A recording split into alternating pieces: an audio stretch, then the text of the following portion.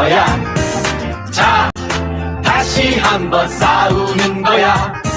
자, 손 맞잡고 어깨를 걸고 우리 함께 이기는 거야.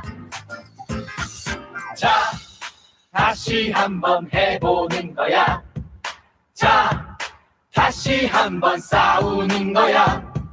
자, 손 맞잡고 어깨를 걸고 우리 함께 이기는 거야.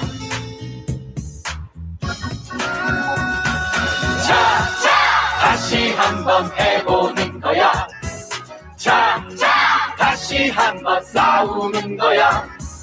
자, 손 맞잡고 어깨를 걸고 우리 함께 이기는 거야. 자, 다시 한번 해보는 거야. 자, 다시 한번 싸우는 거야. 자, 손 맞잡고 어깨를 걸고 우리 함께 이기는 거야. 청년 대국민 소통장 12회를 시작합니다. 처음 방송 시작할 때 저희가 황희두 외 3명이라는 그런 소개로 시작을 했었는데 오늘은 이제 황희두가 없는 외 3명의 방송입니다. 저는 외에서 이응을 담당하고 있다가 최근에 류사 언론인이 되고 있는 류찬우입니다. 요즘 검찰을 보면 하극상이 일종의 트렌드가 아닐까 생각하시는 분들이 계실 텐데 저희는 그런 건 아니고요. 오늘 급하게 일이 생겨서 제가 부득이하게 사회를 보게 됐습니다. 우리 새날 시청자분들은 또 희두님이 없어서 걱정이 좀 되지만 또 사람에게 충성하는 분들이 아니시라고 생각하기 때문에 그쵸. 끝까지 봐주실 거라 생각합니다. 네, 희두님께서 또 대단한 분을 섭외해주고 가셨는데요. 오늘 정하린님 간단한 자기소개 부탁드릴게요. 대단하다고 하니까 되게 부담스럽네요. 오면서도 되게 떨면서 왔거든요. 제가 이거 처음이라서 지금 어떻게 해야 되는지 되게 많이 걱정도 했고요. 하여튼 반갑습니다. 불러주셔서 감사하고요. 일단 제 이름은 정하린이라고 합니다. 네, 고향은 이북이고요. 네, 탈북한 지 한 거의 18년 차 됐는데 한국 온 지 한 7년 차 됐습니다. 거의 올해는 지금 8년 차로 되어 가는 해이고요. 네, 뭐 이렇게 어쩌다 보니까 이렇게 알게 돼서 여기까지 왔는데 일단 잘 부탁드립니다. 네, 반갑습니다. 네, 반갑습니다. 너무 기대돼요 오늘. 기대됩니다. 아유, 그러시면 안 되는데. 오늘 긴장한 게 진짜 티가 하나도 안 나세요. 네. 저 지금 석에서 아니 평소에도 워낙 말씀도 잘하시고. 맞아요. 네. 말씀 잘하시니까. 제가 막 도와주고 싶은데 저도 지금 속에서 막 네, 그렇습니다. 그러면 오늘 일단 처음에 잠깐 긴장도 풀 겸 한 주간 어떠셨는지 간단한 이슈나 이런 거에 대해서 일단 땅땅님. 저는 아직 감기가 좀 또 났다가 다시 안 낫는 것 같아가지고 네, 건강 관리 되게 유의하고 있고 이제 듣는 분들도 이제 감기 조금 조심하시는 게 좋을 것 같아요. 이번 감기가 정말 오래 가는 것 같더라고요. 네, 모두 감기 조심하십시오. 네, 달타령님. 저는 특별한 거는 없고요. 요즘에 계속 이제 총선 국면으로 들어서다 보니까 이제 인재 영입이 계속 되고 있잖아요. 당들마다. 그래서 구경을 하고 있는데 되게 어떻게 자한당의 인재에 대해서 류찬우님이 전에 말씀하신 게 있어요. 거기에 인재는 좀 다른 의미의 인재라고 인간 재앙이라고 하셨나요? 그렇게 말씀하셨죠. 그래서 되게 어떻게 저런 분들을 저렇게 또 이렇게 쏙쏙 잘 뽑아서 좀 되게 비교 일부러 하려고 해도 저렇게 안 될 텐데 맨날 뽑았다 하고 젊은 분이면 보면은 원래 약간 내부에 계시던 분이고 사실 맞아요. 근데 사실 그래서 기존에 정치 하시던 분들이나 관심 있으시던 분들도 얘기하는 걸 들어보면 이게 뭐 재발견이다. 좋게 해석하면 재발견이잖아요. 그래서 외부에서 항상 인재 영입을 하는 걸로 사람들의 이목을 끌 게 아니라 정말 내부에서부터 충실하게 이제 차곡차곡 키워가지고 정말 내부에서 길러내야 된다 이런 말씀도 하셨는데 되게 공감이 가는 말이었어요. 네. 맞아요. 그 인재 영입도 이제 얘기가 많더라고요. 근데 그 안에서 되게 유력한 관계자분이 쓴 글을 봤어요. 기사화된 걸 제가 봤는데 밖에서는 한 3 정도 수여를 하고 안에서 이제 키운 인재들을 7 정도 써서 그 안에서도 다 모든 사람들이 그 안에서 당 안에서 그쵸. 키워지는 사람들이 무조건 능력이 있다는 것은 보장을 하지 못하니까 그 외에서도 3정도 수혈을 해가지고 다 좋게 조화를 이루자 이런 얘기들이 네, 있더라고요. 되게 정말 그 괜찮은 비율을 거예요. 어떻게 맞추는지가 굉장히 중요할 것 같아요. 음. 왜냐면 항상 또 있기만 하면 고여버리니까 맞아요. 예, 외부의 네. 시선도 필요하긴 한데 그래서 뭐 하위 30%를 당내에 있는 하위 30%를 거릴 수 있는 그런 효과가 있다. 뭐 이런 얘기도 있더라고요. 외부 수혈은 또 그런 의미에서 괜찮은 건데 얼마나 괜찮은 사람을 검증받아서 하는지가 중요한 그쵸, 것 그쵸. 같아요. 그런 의미에서 자한당 너무 잘하고 있어요. 근데 생각해보니까 1호가 그 탈북하신 분 아닌가요? 네, 맞습니다. 네, 아닙니다. 저도- 네, 전 1호가 있잖아요. 박찬주. 네. 맞아요. 잊으시면 안 네, 됩니다. 네. 잊으시면 안 되고 네. 실패한 1호. 맞아. 네. 1호를 다 공약 1호도 철회하고 인재 영입 1호도 철회했지만 저희는 다 기억하고 있어야 됩니다. 저희도 네. 네네 저희도 이번에 제가 그러니까 자유한국당에서 이번 영입하신 분이 탈북민 분이시다 보니까 맞아요. 어디 가는 자리마다 자꾸 그런 질문이 오거든요. 그래서 왜 탈북민 분들은 자유한국당으로 가시냐 이런 질문을 받아 좀 당황스럽기도 하고 좀 어떻게 대답을 해야 될지 좀 많이 곤란하기도 하고 솔직히 그게 사람마다 경향이 다르고 성격이 다르고 다 이렇게 성향이 다르기 때문에 그쵸, 내가 그쵸. 굳이 뭐라고 말을 할 수는 없지만 네. 뭐 여튼 그런 유사한 일들과 질문들을 받을 때마다 좀 고민이 많이 되고 정말 이게 우리가 뭐 굳이 진보 정당이라서 민주주의가 뭐 더 확실하게 있고 민주주의에 대해서 더 잘 알고 뭐 네. 그런 것도 아니고 자유한국당이라서 그런 건 아니지만 아무리 그래도 자유한국당은 아닌 것 같은데 또 아무리 그래도 저런 질문 듣는 것 자체도 저도 좀 이거 좀 어떻게 했으면 좋을까 뭐라고 답변할지 되게 많이 힘들었거든요. 그래서 저번 한 주 동안 한 3번 정도 그런 질문을 받은 것 같습니다. 그래서 이번에도 찬우님이 말씀해 주셔가지고 이거 정말 주제로 갖고 오면 정말 좋겠다 하는 생각을 해서 이번에 또 들고 오긴 했습니다. 그 주제를 가지고. 네. 진짜 좋다. 궁금해요. 네, 네네. 제가 또 준비 열심히 했습니다. 기대하고 있어요. 찬우님 기대하고 있어요. 저는 이제 제 얘기를 주간 얘기를 좀 하자면 최민희 의원님께서 저희 방송을 계속 모니터 해주셔가지고 되게 너무 감사해요. 진짜. 감동스럽고 감사합니다. 감사한데 네, 진짜. 네, 저 원래 언제 우리 밥 한번 먹자 했을 때 진짜 저희 그럼 언제 먹어요? 막 이런 얘기하면 눈치 없는 거 아시죠? 그쵸. 근데 최민희 의원님과는 밥을 꼭 먹고 싶기 때문에 눈치 없는 건 알지만 네. 네, 좀 말하겠습니다. 최민희 의원님 보고 존맛 탱구리 한번 사달라고 저희 한번 프로포즈를 얘기를 하러 나오셨네요. 같이 식사하고 싶습니다. 네. 네, 영광입니다. 간절히 원합니다. 그러면 이제 주제를 들어가 볼 텐데요. 일단은 하리님께서 저희가 오늘 자주 들을 수 없는 이야기다 보니까 시간 배분을 또 많이 해놨어요. 네. 그래서 네. 아까도 말씀드렸다시피 뭐 이북에서 오셨다고 하셨는데 네. 그 그러니까 북에서 오신 분들에 대한 여러 가지 호칭들이 있잖아요. 뭐 그렇죠. 세터민도 있고 탈북자도 있고 그 호칭들에 대해서 정리를 좀 간단히라도 좀 해주셨으면 좋겠는데 한번 부탁드리겠습니다. 솔직히 이거 탈북민들에 대한 그 호칭에 대한 정리를 제가 하는 거는 아니고요. 그러니까 저희는 솔직히 저희 내부 우리 같은 고향 사람들끼리는 야, 너 어디서 왔냐 물어보게 되면 뭐 어디 청진에서 왔다, 함흥에서 왔다, 너 청진에서 왔고 함흥에서 왔고 그냥 이렇게 그러니까 대한민국에서 모든 사람들이 청년들이나 사람들이 모여서 있을 때 너 고향이 어디야 이런 식으로 저희도 대화를 나눠요. 그래서 굳이 뭐 너는 북한에 뭐 어디고 너 호칭이 너 탈북민이야, 뭐 북향민이야, 아니면 세터민이야 이런 말을 전혀 안 쓰거든요. 그거 똑같은 거예요. 근데 대한민국에서 탈북민들에 대한 그 북향민들에 대한 호칭이 솔직히 지금까지 제대로 정리된 게 없어요. 뭐 기순자나 영리자야 뭐 이런 걸로 쭉 호칭이 오다가 그러다 세터민 뭐 그리고 탈북민, 탈북자 뭐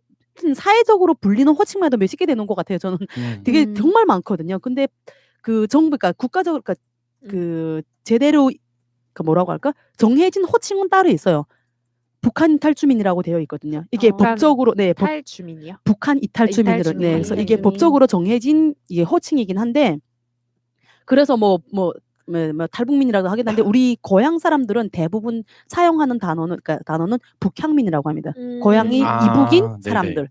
네, 이렇게 우리 내부에서는 내부에서는 그냥 고향을 부르기는 하지만 따로 뭐 모여서 밖에서 뭐 이렇게 얘기를 하거나 이게 사이트에 뭐 글을 쓴다거나 할 때는 북향민이라고 하거든요. 북향민 한다거나 아니면 저 같은 경우는 뭐 북향민, 탈북민 하긴 하는데 굳이 저는 그런 호칭에 신경을 잘 안 써요. 뭐 부르고 싶은 대로 부르고 네, 그게 뭐가 그렇게 중요하나 싶기도 하고 솔직히 뭐 다른 사람들은 세터민 하는 사람들은 막 친근감 있다 하는데 저는 별로 모르겠거든요, 솔직히. 세터민이라는 발음이 그걸 별로 안 좋아합니다, 사람들이. 아, 네. 진짜요? 네, 별로 안 오. 좋아합니다. 그러니까 새로운 곳에 와서 터전을 잡고 살아가는 뭐 이런 의미에서 얘기를 하는 건데 어쨌든 어떤 호칭을 쓰든지 간에 탈북민들은 이렇게 북향민들은 이질적인 존재로밖에 보일 수밖에 없어요. 편견을 가질 수밖에 없기 때문에 그냥 똑같이 진짜 우리 같은 민족이라 하면 똑같이 야, 너 고향이 어디야? 아, 북에서 왔어? 그래.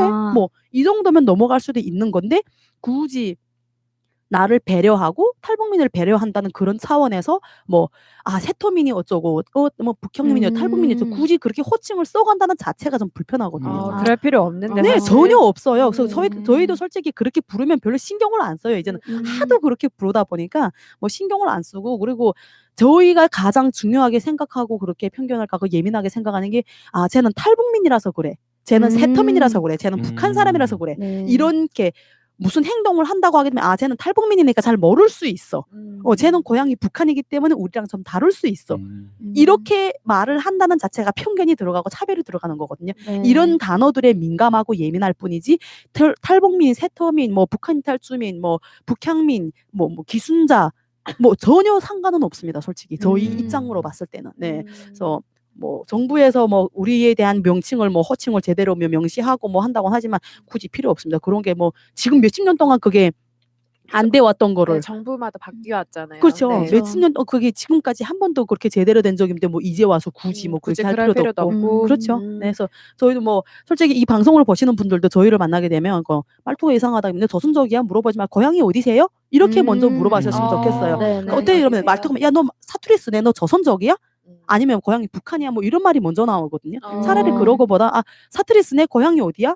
이랬으면 저 고향이 북한이에요. 고향이 어디 함흥이에요. 저는 함흥에서 왔거든요. 그래서 함흥이 하면 되게 편하게 대화할 수도 있고 사람들이 좀 더 듣는 사람 입장에서는 좀 더 약간 편하고 친근감을 느끼지 않을까 싶습니다. 네, 이게 얘기를 듣고 보니까 어떤 분들은 정말 배려해 주신다고 하는 말이 어떻게 보면 호칭 자체가 그거를 가르고 분리시키는 그거 용어다 보니까 그게 부르는 거는 뭘로 부르든지 의미가 없고 그냥 그렇게 고향 이게 다르지 않다는 걸 인정하고 얘기를 먼저 거는 게 더 좋다는 맞아요. 말씀이시잖아요. 그쵸. 네, 맞습니다. 근데 이게 어떤 분들은 사실 배려를 어떻게 하는지 방법을 잘 몰랐을 수가 있을 것 같아요. 이렇게 입장에서 제대로 들어본 적이 없어서 네, 되게 오늘 좋은 기회인 것 같아요. 이런 얘기를 직접 들어볼 수가 있고. 감사합니다. 저는 제 개별적인 생각이라서 뭐 저희가 뭐 모든 탈북민들을 뭐 대표를 한다거나 뭐 그러지는 않지만 일단 제가 그동안에 생각했던 생각이나 주변 사람들한테서 대화를 나누면서 느꼈던 부분들에 대해서 오늘 좀 말씀드린 거라서 저 궁금한 게 하나 있는데 네? 18년 전에 이제 북한을 나오셨는데 11년은 그럼 어디 계셨던 거예요? 7년은 한국에 올해가 8년 차니까 10년이죠. 중국에서 살았습니다. 10년 동안. 네네. 중국에 계속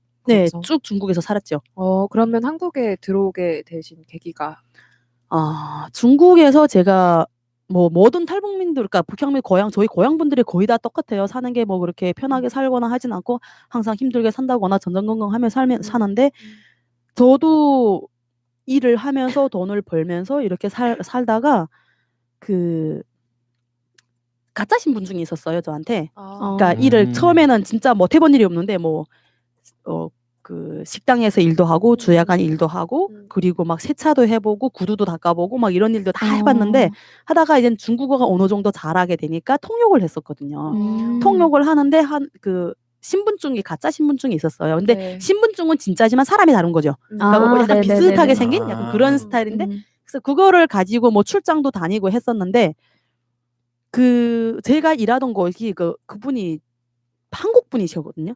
사장님이 한국 분이세요. 근데 그러니까 내가 조선족인 줄 알고 북한 사람인 걸 모르고 조선족인 줄 알고 한국에 들어와서 일해보는 건 어떠냐 했는데 이거 한국은 못 가잖아요. 그걸로 가짜 신분증이어서 가짜니까 못 오잖아요. 그래서 제가 생각 좀 해보겠다 했는데 친구랑 그런 얘기를 하다가 보니까 친구가 야 그러니까 고향이 북한 사람들이 한국에 들어오는 게 엄청 많다고 그러는 거여서 그게 뭔 소리냐 하니까 있대요. 그래서 저는 전혀 몰랐거든요. 그래서 그러면서 자기가 알아봐 준다고 너 무조건 오라고. 근데 이 친구가 조선족이었어요.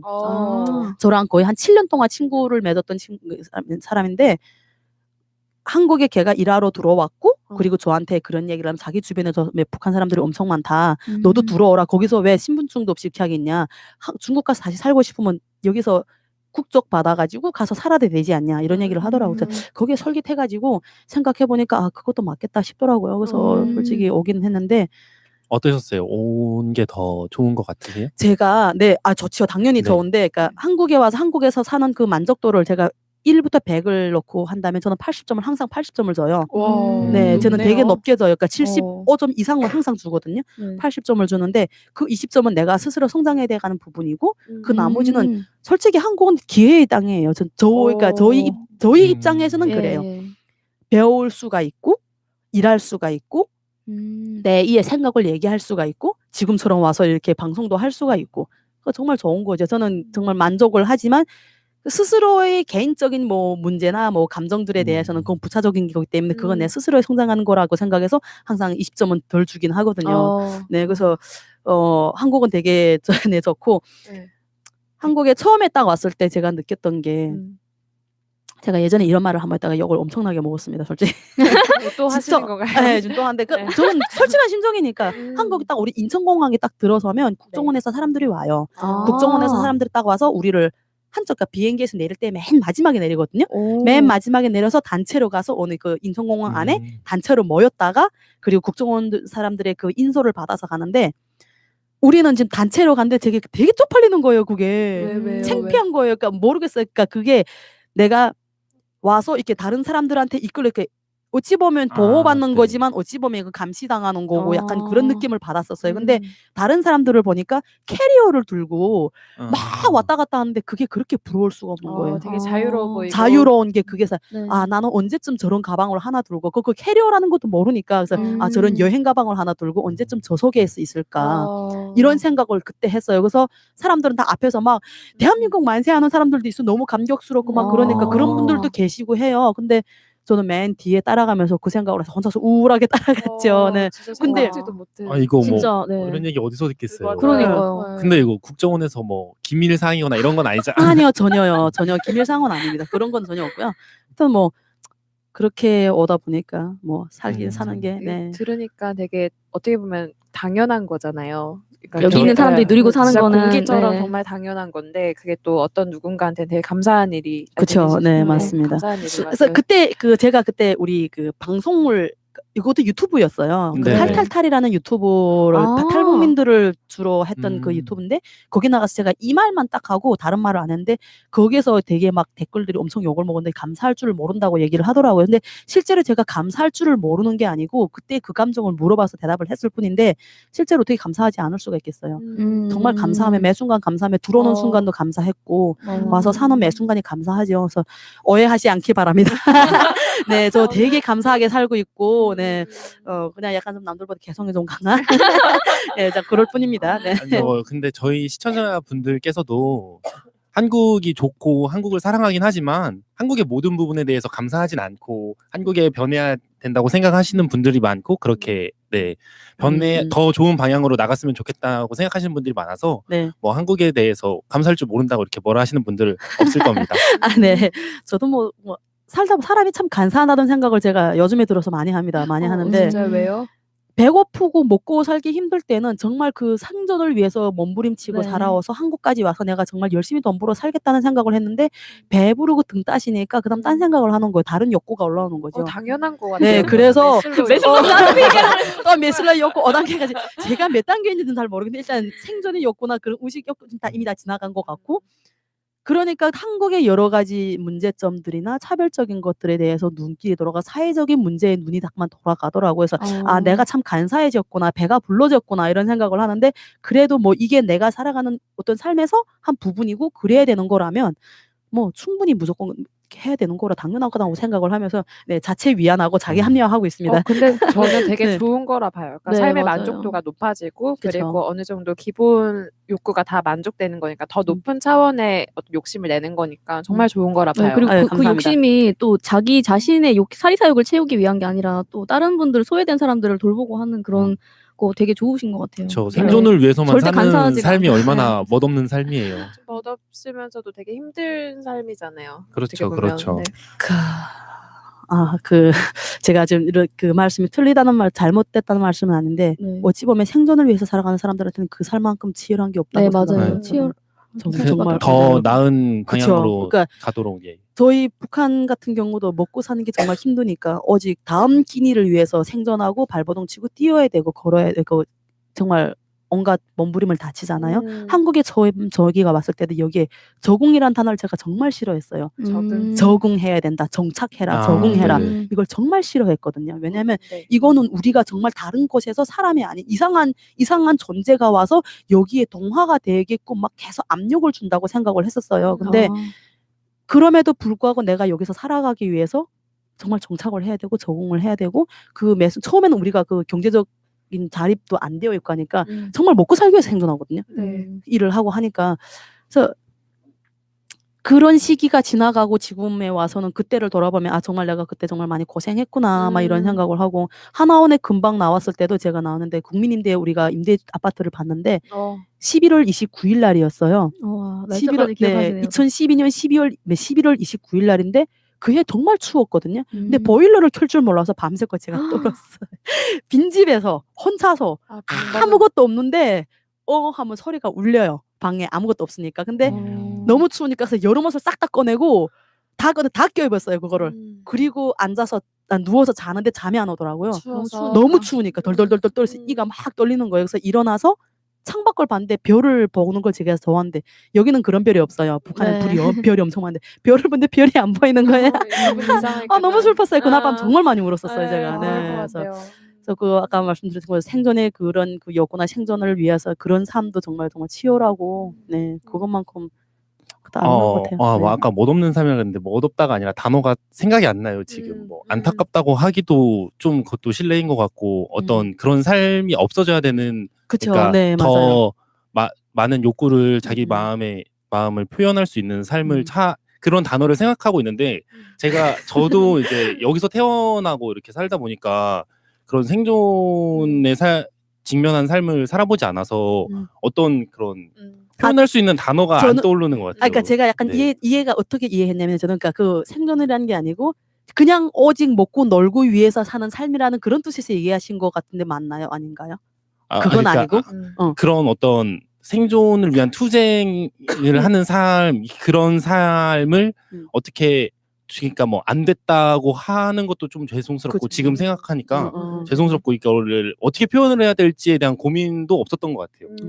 그런 삶을 뭐 경험해 보기는 어려우니까. 이런 기회가 많지는 않잖아요. 들어볼 기회도 없고 어떻게 얘기를 듣는지 저희도 잘 모르니까. 아까 얘기하셨듯이 우린 너무 평소에 그냥 당연하게 생각하기 때문에 아무도 거기에 자기가 입장이 처해보지 않으면 사실 얘기를 듣지 않으면 아유, 감사합니다. 몰라요. 네, 진짜. 맞아요. 그래서 네네. 이렇게 얘기해 주시는 게 정말 감사하고 이런 기회가 있다는 것도 너무 감사하고 저는 사실 이거 얘기 들을 때 방송인 걸 자꾸 까먹고 엄청 이렇게 멍 때리고 다 듣게 돼요. 얘기를. 네, 감사합니다. 이렇게 집중해 주시니까 너무 감사하네요. 저는. 네. 근데 아까 막 사회적으로 시선이 생기고 이런 얘기 하셨잖아요. 네네. 그건 어떤 거 말씀하시는 거예요?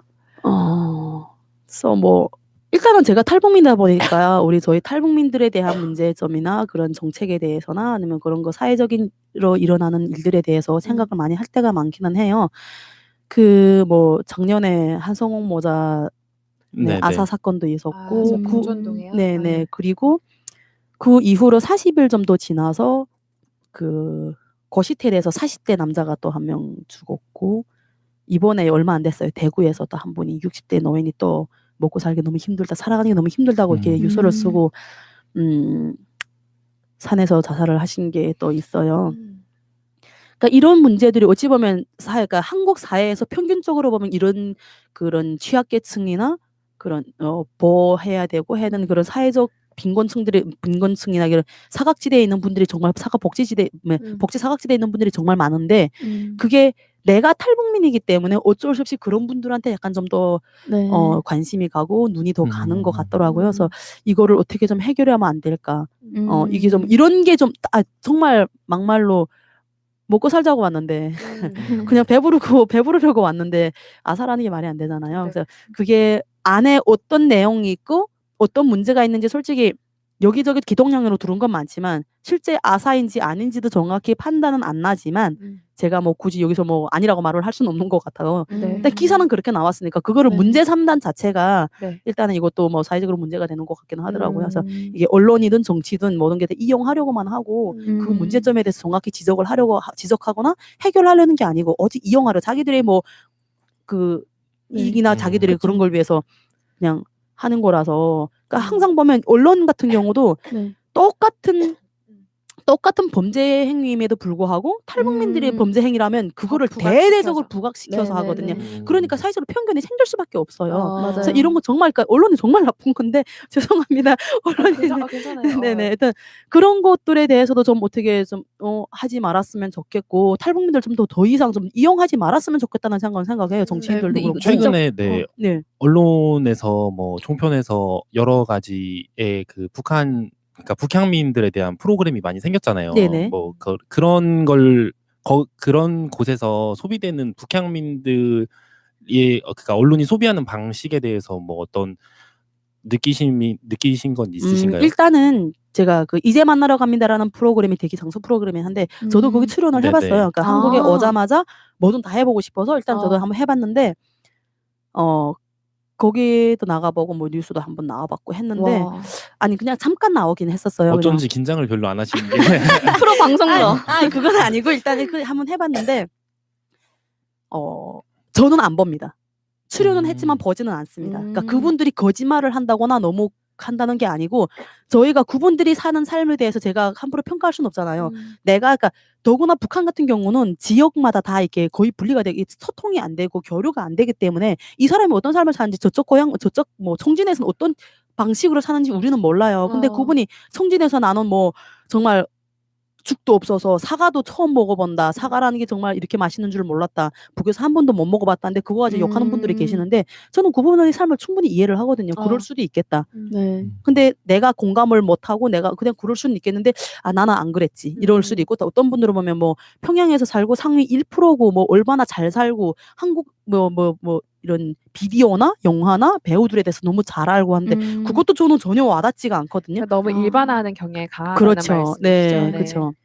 그래서 저는 안 봅니다. 일단은 그게 거짓말이라서가 아니고 그분들의 삶하고 내 삶하고 거의 뭐 다르고 약간 좀 과대 확장, 좀 확정하는 편은 있기는 해요. 약간 요만한 문제를 가질까 만약에 뭐 잡혀갔다 하면 잡혀간 걸 가지고 되게 막 확대를 해서 크게 부각시켜서 거기에다가 막 소스를 너무 쳐버리고 나니까 거짓말처럼 들리는 거죠. 근데 그런 잘못된 정보나 왜곡된 정보들을 우리 여기 계시는 분들은 그걸 뭐 그대로 믿을 수밖에 없는 거죠. 네. 거기 없으니까 당연히 네, 그러니까 그분들의 얘기가 되게 부각돼서 들릴 그렇죠. 수밖에 없는. 네, 맞아요. 그래서 그런 식으로 되어 있어서 그분들이 뭐 정편에서 하는 방송에 대해서 제가 좋다 나쁘다 말할 수는 없는 건데 그것도 어찌 보면 북한을 알리는 어느 한 뭐 방식이 되긴 하겠지만 뭐 하시는 분들이 각자 자기한테 거짓말 안 하고 자기를 속이지 않고 잘하면 되겠죠.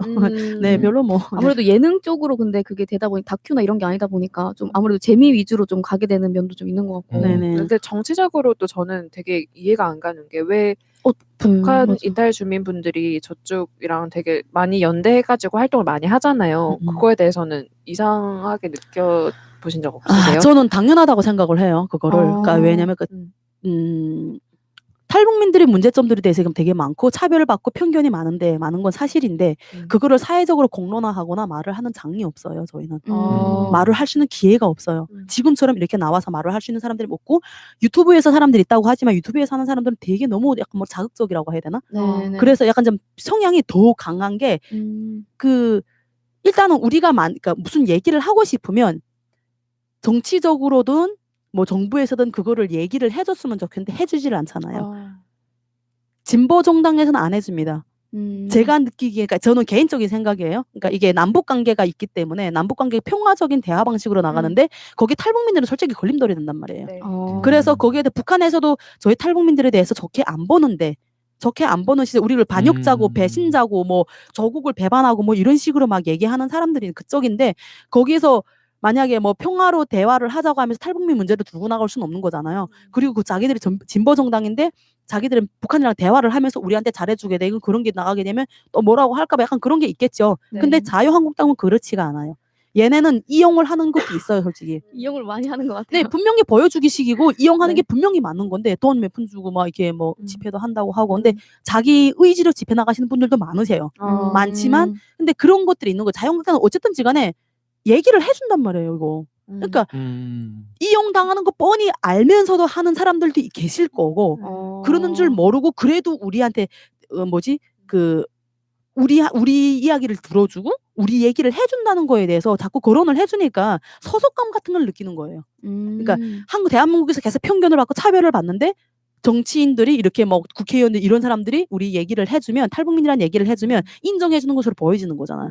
그러니까 그쪽으로 갈 수밖에 없는 거고 되게 안타까운 거죠. 네. 이게 어떻게 보면 정부에서 이걸 투트랙으로 인권 문제랑 그리고 북한과의 관계에 대해서 투트랙으로 이렇게 다 같이 잘 가면 좋은데 그렇지를 못하니까 되게 그쵸. 안타까운 현실인 것 같아요. 그리고 네. 그거에 대해서 자유한국당이 계속 정치적으로 이용하는 것 자체도 되게 웃긴 거고 어쩔 수 없이 이탈 주민분들이 거기에 대해서 본인들이 이용당한 걸 알면서도 불구하고 거기에 계속 참여하게 될 수밖에 없는 구조 자체도 되게 마음 아프다고 저는 생각을 해요. 그렇죠. 맞아요. 네. 그리고 뭐 다른 한 가지로 또 생각해보면 어찌 보면 사회주의 국가잖아요. 사회주의 국가인데 그 북한은 사회주의 국가가 명칭만 사회주의인 거지 실제로 보면 아닌데 네. 그냥 거의 뭐 독재 국가인데 음. 사회주의가 진보라고 하기는 탈북민들이 싫어해요. 음. 왜냐면 사회주의적인 게 많이 뉘앙스가 많기 때문에 사회주의라 하면 벌써 치를 떨거든요. 아. 네, 약간 그런 것도 그런 있겠네. 면도 없지 않아 있고 그리고 북한을 되게 싫어하기 때문에 우리는 얘는 이 사람 그러니까 이분들은 북한을 정말 싫어 죽겠는데 쟤네가 빨리 망했으면 좋겠는데 정부나 진보 정당에서는 계속 대화를 한대요. 그러니까 걔네를 계속 살려줘요. 뭐 쌀도 주고 하니까 얘네는 망하지가 않고 계속 그대로 있는단 말이에요. 그러니까 그게 너무 화가 나는 거죠. 근데 자유한국당은 그게 아니라 계속 욕만 하잖아요. 그러니까 우리 대신 폭발을 해주니까 뭔가 네, 사이다 발언 같은 사이다 발언 느낌이. 같은 거 우리 약간 동질감을 느끼는 거죠. 네. 그런 네. 부분에서 있어서 그게 많은 네, 그게 좀 더 거네요. 많은 것 같아요. 네. 하리님은 그러면 진보 정당을 지지하는 이유가 또 따로 있으신가요? 어쨌든 저희랑 색이 거의 비슷한 걸로 제가 알고 있는데. 일단은 저는 탈북민이지만 대한민국에서 살고 있는 그러니까 대한민국 국민으로 살고 있는 북한 사람 탈북민이거든요. 저는 북향민이라는 약간 정체성이 저도 막 혼란스럽기는 하지만 그래도 나는 북한 사람이라는 정체성을 저는 확실하게 가지고 있는데 장기적으로 봤을 때 자유한국당보다도 우리 진보 정당으로 가는 게 이게 우리 탈북민들한테도 더 좋은 일이라고 생각하거든요. 장기적으로는. 네, 그렇죠. 장기적으로 제가 그러니까 사회적 안전망이라든지 복지라든지 이런 거를 봤을 때 자유한국당은 아니잖아요. 시장경제를 네. 얘기를 하면서 복지를 되게 안 하겠다고 하는 건데 우리 진보정당 같은 거는 복지 정책을 많이 펼치잖아요. 네. 그래서 이런 사회 안전망이 구축되게 되면 우리도 같은 국민이고 헌법이 보호를 받고 있는 국민인데 그 복지 정책 안에 우리라고 없겠냐고요. 그렇죠. 우리에게 네. 돌아갈 그쵸. 거니까. 그렇죠. 그런 복지가 많이 펼치게 되면 탈북민들에 대한 처우 개선이나 복지 정책도 더 많이 늘어날 수가 있고 그래야지 그죠. 예. 그러니까 우리가 똑같은 말을 그러니까 국민들하고 똑같은 목소리를 낼 수 있는 거죠. 저 그러면 뭐 탈북민 그러니까 북향민 가운데서도 또 어떤 이념적이거나 정당 지지 문제로 이렇게 뭐 세력이 좀 갈리거나 그런 문제가 있나요?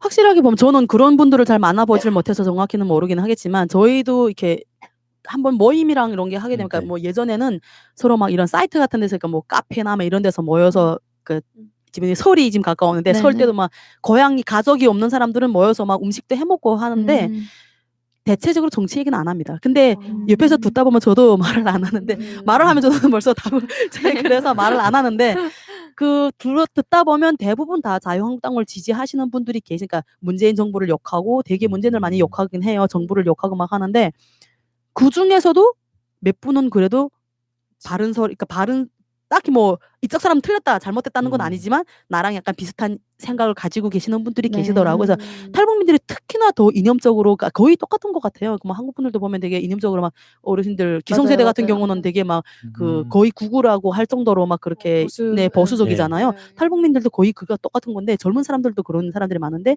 지금은 많이 바뀌는 추세이긴 해요. 요즘에 저도 뭐 탈북민 청년들하고 같이 이렇게 활동도 하는데 그분들도 되게 민주주의적인 그런 생각을 많이 가지고 있고 민주주의에 대해서도 많이 고찰도 하고 제고하고 네, 토론도 하고 네, 공부도 하고 있으면서 그렇게 하고 있습니다. 그래서 네, 바뀌고 있습니다. 세상에. 탈북민 사회도 바뀌고 있습니다. 네, 그러면 이제 노무현 재단에서 공부를 하시면서 지금 어떤 대단한 그런 프로젝트를 준비하고 계시잖아요. 그 부분에 대해서 네. 짧게 홍보 겸 그리고 알리는 시간을 가졌으면 좋겠습니다. 아, 네네. 실은 저희가 이번에 다 아시겠지만 팀 프로젝트를 하고 있잖아요. 그래서 네. 이 프로젝트를 제가 생각했던 게 한국에 와서 제일 처음에 느꼈던 게 그거거든요. 제가 생리대 저희 여성분들 네. 생리대인데 정말 신기했어요. 너무 편하고 너무 음. 좋을 수가 없는 거예요, 이렇게. 네. 그러니까 이게 한국에보다도 중국에 있을 때부터 사용했는데 중국에 있을 때도 생각을 했다가 그때는 내가 먹고 살기 바쁘다 보니까 그런 생각을 못 했었죠, 솔직히. 그러다가 한국에 와서 아까 말씀드렸다시피 몸이 편해지고 배부르고 든다시니까 이제 그런 생각이 조금씩 나는 거죠. 네. 그래서 봤는데 이런 거를 그러니까 지금은 평양에서는 약간 이런 걸 생리대를 사용하시는 분들이 계시기는 하대요. 근데 실제로는 정말 그 평양이란 건 정말 서수의 부분이고 네. 상위 1% 되는 부분들인데 지방 같은 경우는 보면 진짜 그게 없어서 막 안 했으면 좋겠다고 하시는 분들이 되게 많으셔요. 그리고 생리를 그러니까 장사를 떠나야 되는데 그 생리통이나 그런 것 때문에 밖에서 그거를 바꿔서 하기가 되게 불편하고 시칠 수도 없고 하니까 장사를 떠나지 못하니까 돈을 못 버니까 생존이 걸리잖아요. 근데 그것마저도 원래는 옛날엔 가재천을 많이 썼는데 그 가재천마저도 없으니까 저도 기억하기에 제가 어릴 때 저희 이불을 엄마가 제가 제 생리 때 이불을 뜯어서 주시더라고요. 면천이었어요, 그게. 그거를 뜯어서 하고 어떤 집에서는 그것마저도 없어서 막 되게 열악한 상황이고 해서 그 생각을 했던 거죠. 이게 북한 여성 인권에 대해서 우리가 많이 얘기를 그러니까 북한의 인권에 대해서 많이 얘기를 한다고는 하지만 실제로 그들이 삶에 대해서 우리가 얼마나 생각을 해봤냐는 생각을 했었어요, 저는. 그래서 이분들 우리가 얘기를 하고 여기서 많은 북한 인권 운동하시는 분들이 얘기를 하는 게 국제사회에 나가서 말씀하시고 좋은 거예요. 좋아요. 그 수용소도 줄이고 사람들 그 정치적 인권이나 정치적인 탄압하고 인권 탄압을 하는 거 얘기하고 해결해 나가는 거 좋은 거 맞아요. 근데 북한의 수용소 10개 있는 거 5개로 줄여라 했다고 해서 그 안에 갇혀 수용돼 있는 사람들이 줄어드는 건 아니잖아요. 이건 문제 해결이 아니라고 생각을 했었어요. 근데 그렇다고 딱히 해결할 방법은 없는데 그럼 내가 도와줄 수 있는 건 뭘까 생각하는 정말 우리 삶에서 필요한 거 이것도 하나하나의 인권이라고 저는 생각을 하거든요. 내가 할 수 있는 말을 한다거나 다음 끼니 걱정을 안 할 수 있는 거 내가 여성분들의 생리를 할 때 그 걱정을 안 할 수 있는 거 그거도 정말 당당하게 할 수 있는 거 네. 그런 것도 인권의 한 부분이라고 생각을 하기 때문에 그래서 내가 할 수 있는 거를 하자 크게 떠들고 이런 걸 안 하더라도 이분들한테 생리대를 보내는 건 어떨까. 어떻게 그럼 보내신다는 거예요? 일단은 저희가 지금 프로젝트를 준비를 하고 있는데 저희 준비 과정은 일단은 저희가 민간단체나 정부, 민간 그리고 회사 같은 거잖아요. 회사에 네. 그 컨택을 해서 지원을 받거나 펀딩을 좀 할까 합니다. 그러니까 펀딩을 해서 이게 될지는 모르겠지만 저희 홍보팀에서 홍보를 하면서 펀딩을 준비를 하고 있어서 그래서 생리대 회사 같은데 저희가 직접 찾아가서 이런 프로젝트를 진행하고 한다. 그래서 이렇게 하려니까 도와달라는 게 얘기를 하고 이거를 민간단체나 그리고 종교, 민간 그리고 회사 상관없습니다. 정부 다 똑같이 해서 돌아다니면 다 발품 팔아서 아마 할 것 같고요. 네. 그래서 가장 중요한 게 아마 펀딩을 할 것 같은데 이 펀딩에서 좀 더 많은 그 후원이 좀 들어왔으면 좋겠고 펀딩은 어느 사이트에서 혹시 하세요? 이거를 아마 저희 다운님께서 아마 하고 계실 거라서 저도 처음인 거라서 정확히 모르긴 하겠지만 저는 솔직히 지금 오늘 방송하면서 이 말을 하고 싶었던 것도 방송을 보고 계시는 분들 중에서도 그런 데 경험이 있다거나 이런 거에 사회적으로 알고 계시는 분들이 계시다거나 민간단체나 그리고 회사 같은 데서 도움을 줄 수 있고 그런 회사에 알고 계시는 거라도 정보라도 좋으니까 좀 많이 좀 부탁드린다고 말씀드리는 겁니다. 네. 보통 북한에 대한 지원하면은 식량 지원이나 의료 지원 같은 얘기는 되게 많이 나오는데 생리대 문제나 이런 부분에 대해서는 성별 때문에 그럴 수도 있겠지만 아예 생각을 못 하고 있던 부분이어서 네. 그 생리대하고도 솔직히 이번에 나왔던 게 생리대하고 원래 생리컵을 생각을 했었는데 생리컵이 오래 쓸 수 있으니까 근데 그거는 아마 불편해하실 것 같아요. 우리도 쓰기 불편한데 그분들도 더 불편할 것 같아서 차라리 천을 보내는 건 어떨까 하는 생각도 했었어요. 가재천 같은 것도 여러 가지 방안을 모색을 해서 천 같은 거 보내면 쓰기 편리하시니까 그분들이 원래 쓰시는 방식이 있으니까 좀 더 그래서 이제 여러 가지 방법으로 해서 일단은 논의 중이고 지금 한 다음 달부터 지금 컨택을 하면서 저희가 검색을 해서 다 하나씩 컨택을 해야 되기 때문에 방송 보시는 분들 많이 도와주시기 부탁드립니다. 네. 펀딩 시작하게 되면은 꼭 저희한테 다시 한 번 더 알려주세요. 네. 안 그래도 그런 생각했습니다. 그때는 저희 희두님이랑 여기 계시는 분들한테 말씀드려서 여기서 어떻게 좀 홍보 좀 해달라. 그 안에 내용 안에 다 그 계획서 안에 다 들어가 있습니다. 지금. 이미 다 계획이 네, 있으시군요. 계획이 있습니다. 네, 동의하든 안 하든 저희가 지금 이미 계획하고 있습니다. 네, 저희 의지와 상관없는 지금 계획이 진행되고 있어서 저희도 이제 의지를 가지고 기꺼이 돕도록 하겠습니다. 감사합니다. 그러면 이제 다음 주제로 한번 넘어가 볼까 하는데 그 달타령님의 멱살잡이 한번 들어보겠습니다. 아, 저는 이렇게 와서 직접 이렇게 북한의 얘기를 또 해주시는 분이 오셨는데 저는 남북 평화 반대라는 피켓을 들고 외신과 인터뷰를 했던 사람이 있어요, 우리나라에. 네네. 그래서 남북 평화 반대요? 남북 평화를 반대한다는 반대하는 피켓을 들고 독일 언론과 인터뷰를 한 이런 독일이요. 오. 네, 그래서 그런 사람이 있었어요. 바로 오늘이 지금 21일이거든요. 두구두구두구두구 뭐 두구두구두구 해드리는 출마 선언을 한 주옥순입니다. 주옥순이 그 21일 예비 후보 등록을 포항에서 했다고 하더라고요. 엄마 부대 아. 말씀하시는 맞아요. 거죠? 네, 맞아요. 엄마 부대. 북을. 네, 와, 맞아요. 충격이다. 그 사람이 결국에는 진짜 말도 자기가 하고 싶은 말 다 하더니 정말 하고 싶은 거 다 하고 사는구나. 근데 왜 참. 그 자유한국당으로 나가지 않아요? 자유한국당으로 나가요. 우리공화당으로 나갈 것도 아니고 왜 자유한국당? 거기서 또 인재를 또 알아본 거죠. 아.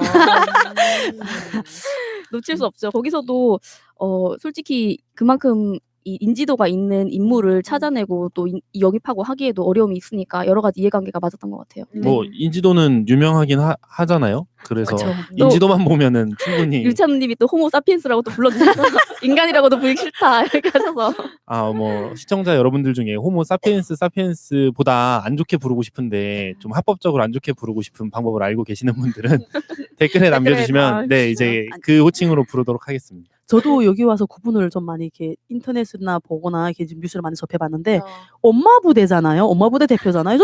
저는 엄마로서 되게 놀랐거든요. 저 6살짜리 저런 엄마가 다 있어.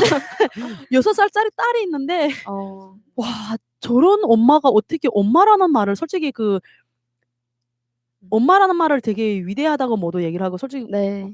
엄마란 말을 딱 해도 눈물이 막 이렇게 나오고 네. 막 그런 데인데 저분을 생각하면 화가 나니까 이거는 모독이다. 이거는 저희도 늘 그 얘기를 해요. 왜 네. 저게 맞아요. 엄마 부대 엄마를 쓰냐고. 그러니까요. 이렇게 그러니까. 엄마 모독부대, 어버이 모독부대라고 부르는 사람들도 있어요. 네네. 그래서. 아 진짜 이거는 너무 충격이라서 저는 좋은 말을 자꾸 베리고 있어요. 뭐 태극기, 엄마, 네, 애국, 맞아요. 뭐 자유, 중진들, 청년 많죠. 보수, 맞아요. 뭐 네.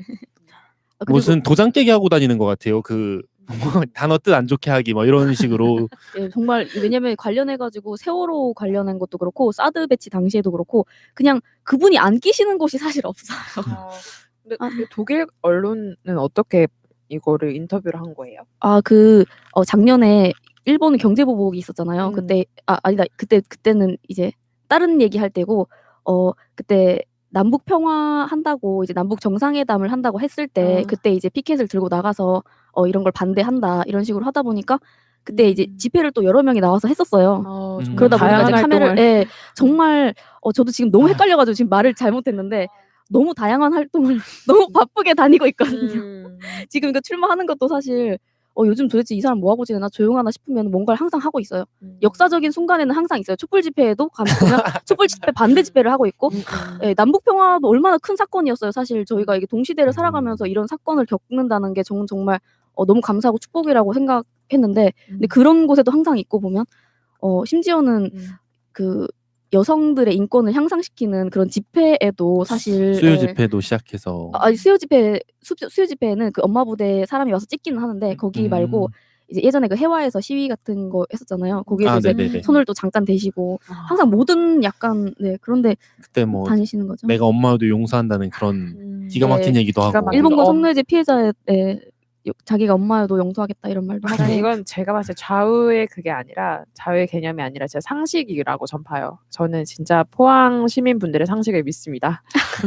진지하게. 저 안 그래도 제가 사실 이거를 그래서 오늘 영상을 제 채널에 올렸어요. 거기 댓글 중에 그런 게 있으시더라고요. 이제 포항 이걸로 해서 포항 시민들의 그 알 수 있다.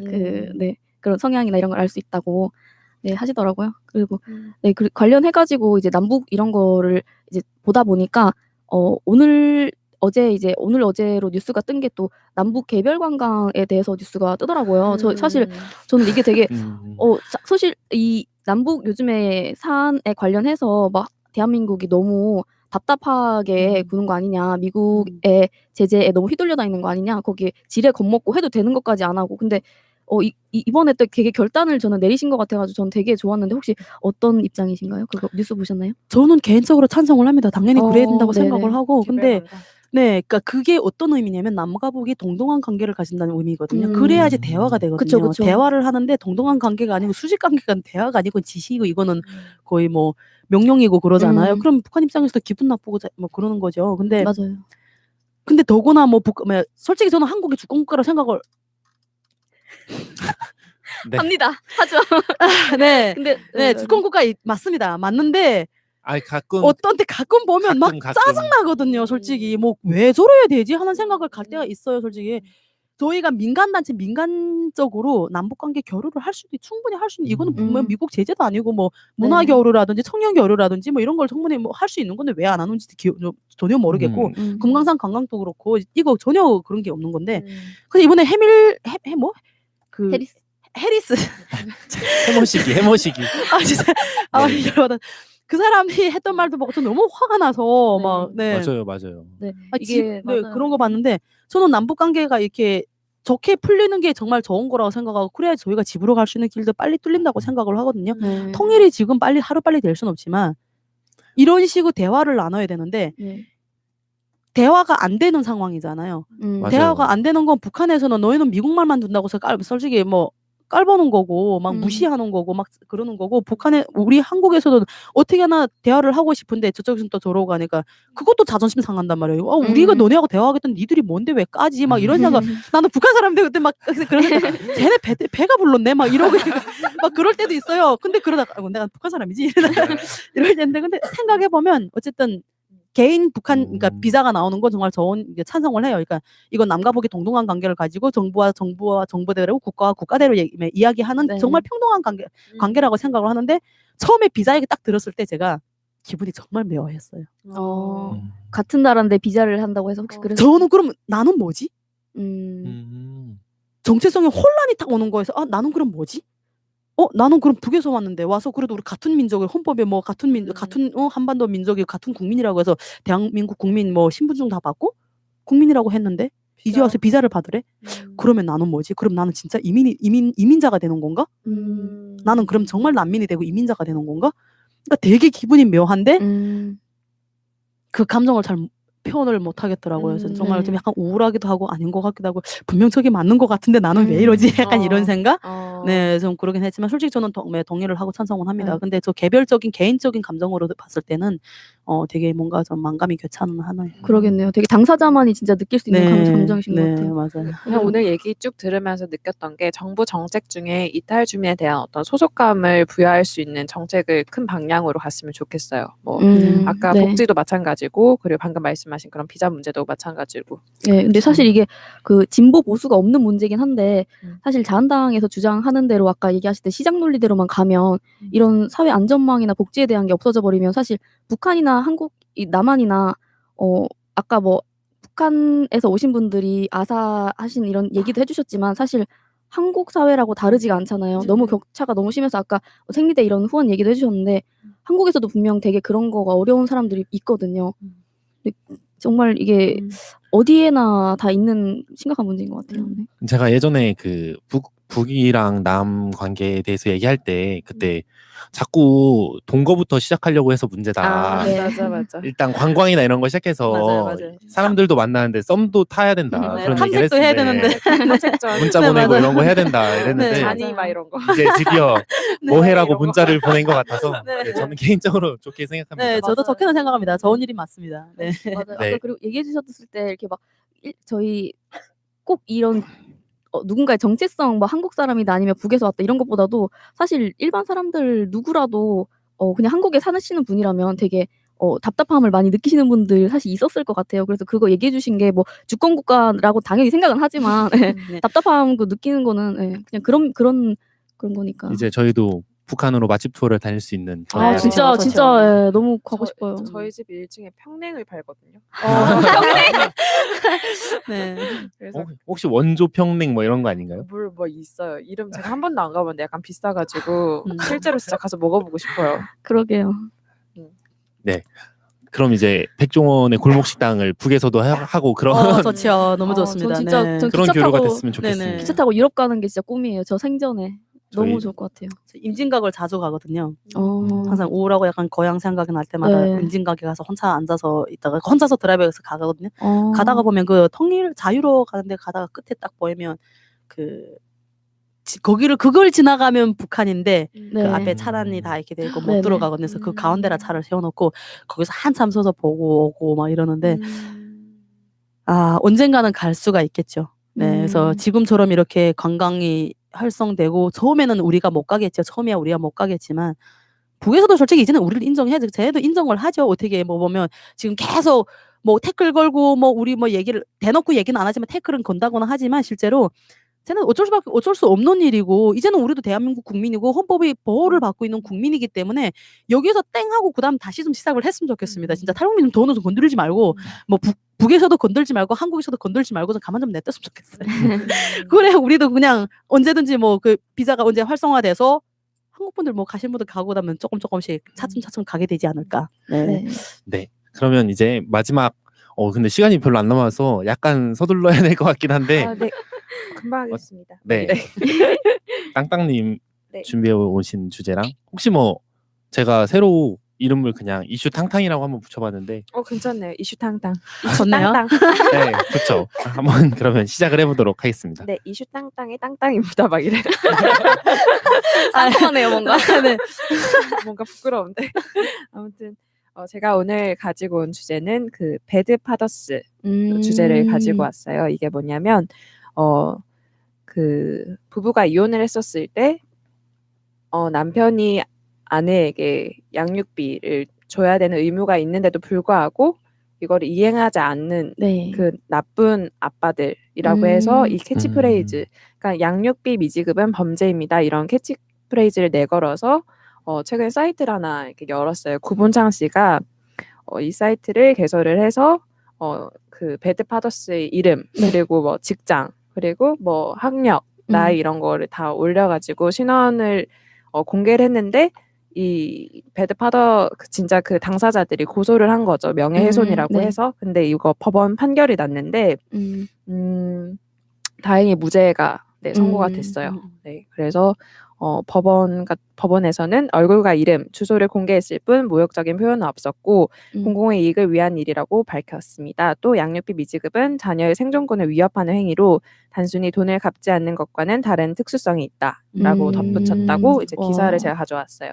네, 이게 되게 어떻게 보면 그 아이의 양육권은 어떻게 보면 네, 그렇죠. 생존권이랑 직결되는 문제이기 때문에 근데 이행하지 않는 분들이 되게 많다고 해요. 그래서 이게 법의 테두리 안에 밖에서 있는 거니까 아무리 뭐 양육권을 줘라, 뭐 양육비를 줘라라고 해도 그걸 듣지 않는 나쁜 아빠들이 있기 때문에 네. 이제 민간에서 활동을 어떻게 보면 한 거죠.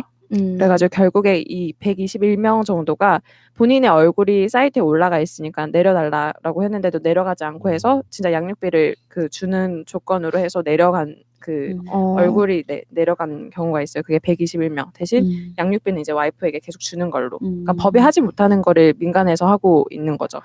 근데 법에서도 듣지 않았는데 그분들은 그럼 이 줄 여력이 있으면서도 지급을 하지 않았던 것인가요? 그것도 있고 그리고 줄 여력이 없다는 건 어떤 건지는 잘 모르겠는데 일단 양육비는 어떤 생활에 있어서 첫 번째 조건이 돼야 될 것 같아요. 그래서 제가 다른 그 판결에서 네네. 그 재판에서 올라오신 어떤 배드 파더스의 피해자 여성분이 한 얘기를 제가 가져왔는데 양육비 지급 판결문 그리고 조정조서 뭐 양육비 지급 조서가 있어도 전 배우자가 돈을 안 주고 버티면 정말 종이 조각이에요.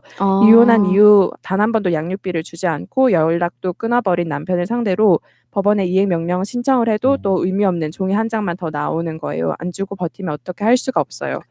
판결문을 받아보는데 재산이 전혀 없다, 뭐 실직 상태라 돈이 없다고 하면 한 푼도 받아볼 수 없고 이혼 전에는 분명히 있었던 재산들인데 양육비 청구 소송을 하면 다 사라져버려요. 그러니까 이거를 이행을 해야 되는데 그 사람들이 재산을 다른 데로 돌려도 없는 상태로 가면 끝이니까. 그래가지고 또 그 재산이 어디다 숨겼는지 찾아보려고 하면 또 소송을 해야 되는데 이거는 3, 4년이 걸리는 문제라서 네. 굉장히 불리한 조건이고 아무것도 받지 못하는 그런 힘든 상황에 처해지는 거죠.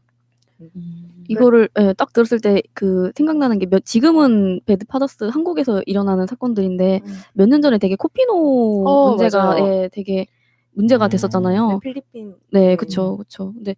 근데 이게 어떻게 보면 자기 자식이라는 존재는 저는 낳아본 적은 없지만 정말 제 생명과도 바꿀 수 있을 정도로 너무 사랑하는 존재일 것 같은데 어떻게 그렇게 할 수가 있는지 정말 무책임한 거죠.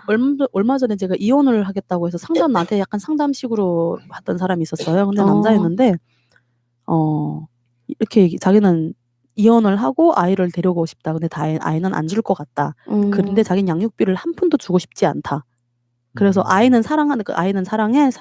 그래서 왜 안 주고 싶은데 하고 하는 얘기가 아이한 돈이 지금 애가 어린데 돈이 들어갈 데도 없는데 저 돈을 다 주게 되면 애가 쓰는 게 아니라 엄마가 쓰는 거잖아. 와이프가 난 저 여자가 정말 싫은데 그러니까 남편이가 부부간이니까 어른들이 그 감정 싸움 때문에 애가 지금 손해를 보는 애가 지금 불이익을 당하는 거잖아요. 애가 고통받고 있는 건데 그래서 그러면 그렇게 너네들 부부랑 합의를 봐서 네가 양육비를 해서 입금해서 동교를 시켜가지고 애가 대학을 간다거나 할 때 그때 터뜨려서 공부를 할 거면 학비를 쓴다던가 결혼할 때 결혼 자금을 쓴다던가 너 그럼 부부와 같이 대화를 해봤니? 하니까 안 했다고 하더라고요. 근데 그렇게 해도 자기는 못 믿겠다. 못 주겠다. 그러니까 이게 그건 것 같아. 양육비를 안 주는 게 애가 싫어서 안 주는 게 아니고 이 여자가 싫어서 안 주는 거거든요. 근데 자기 아이를 키우는 그쵸. 근데 엄마잖아요. 그거를 생각을 못 하는 거지, 이 사람들이.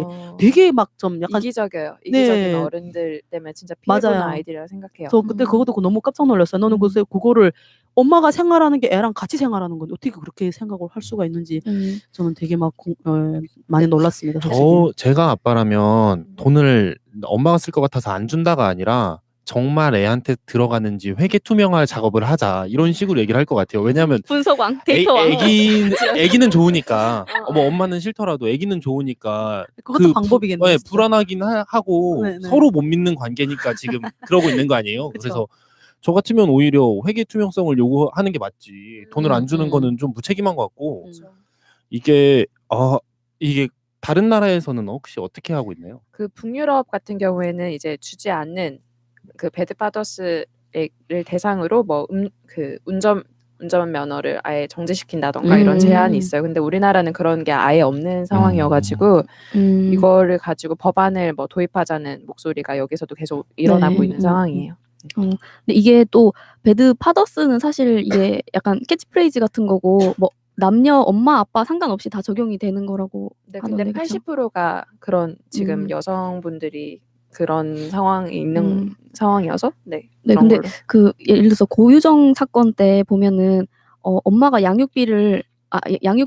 아빠가 양육비를 다 지급을 하고 근데 엄마가 되게 애한테 그걸 안 쓰고 이렇게 하는데 부모도 사실 실질적으로는 있긴 있는데 맞아요. 근데 이게 엄마가 양육권을 가져오기가 더 유리한 상황이라고 대부분은 좀 그렇게 알고 있거든요. 그래서 혹시 그런가요? 남자들이 많은가요? 아니면은 글쎄요, 그거까지는 제가 잘 모르겠는데. 네.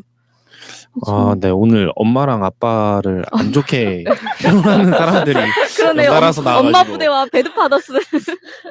명절을 맞이한 뭐 부모 특집, 나쁜 부모 특집 같은 느낌이 듭니다. 네. 그럼 이제 저희가 또 마무리할 시간이 돼서 마무리를 해야 되는데 하림님 오늘 어떠셨는지 그냥 짧게 자기 느낀 점이나 이런 거 말씀해 주시면 좋을 것 같아요. 시간이 이렇게 빨리 간 줄 몰랐습니다. 저는. 진짜 빨리 네, 갔어요. 너무 빨리 갔고 그리고 저만 계속 떠든 것 같아서 지금 그래도 이렇게 뭔가 내 생각을 뭐 미흡한 생각이긴 하지만 뭐 다듬어지지도 않고 있는 그대로 제가 표현을 좀 하긴 하는데 직설적으로 표현을 많이 합니다. 제가 그래서 이런 표현들마저도 할 수 있는 장소가 있고 이런 자리가 있었다는 게 너무 감사하고요. 즐거웠습니다. 네, 많이 배우고 갑니다. 네, 감사합니다. 방송인의 느낌이 확확 나는 게 프로 다 이유가 방송가. 있었어요. 이유가 있었고. 달타령님. 저는 네. 아까 전에 이렇게 얘기해 주셨을 때 이게 사람 사는 데가 진짜 많이 다르지가 않은데 너무 편견을 갖고 있었던 걸 수도 있고 아니면은 잘못 이렇게 배려를 한답시고 생각은 하지만 이게 상대방의 입장에 대해서 완전히 고려해 보지 못했거나 이입해 보지 못했거나 이런 생각도 많이 들었고 그리고 여기에 살면서도 되게 살기가 힘드신 분들이 많이 계시잖아요. 독거노인분들이나 뭐. 근데 지금 그래서 저희가 청국장에서 원래 전에 얘기 한번 드린 적이 있는데 청년들이 선순환 구조를 만드는 프로젝트를 진행을 하자 한 게 있었어요. 그래서 올해 초에 이제 달 타령 커뮤니티에 그 투표 올렸던 게 있었거든요. 그래서 어떤 활동을 하면 좋은지 그래서 독거노인분들이나 이렇게 좀 어려우신 분들한테 전기장판 나눔을 하는 거를 아마 설 전후로 할 것 같아요. 그래서 그거 커뮤니티에도 내용도 계속 업데이트 할 테니까 한번 예, 관심 가져주시기 바랍니다. 네, 땅땅님. 네, 아까 그 힘드실 때 임진강 가신다고 얘기하셨잖아요. 네.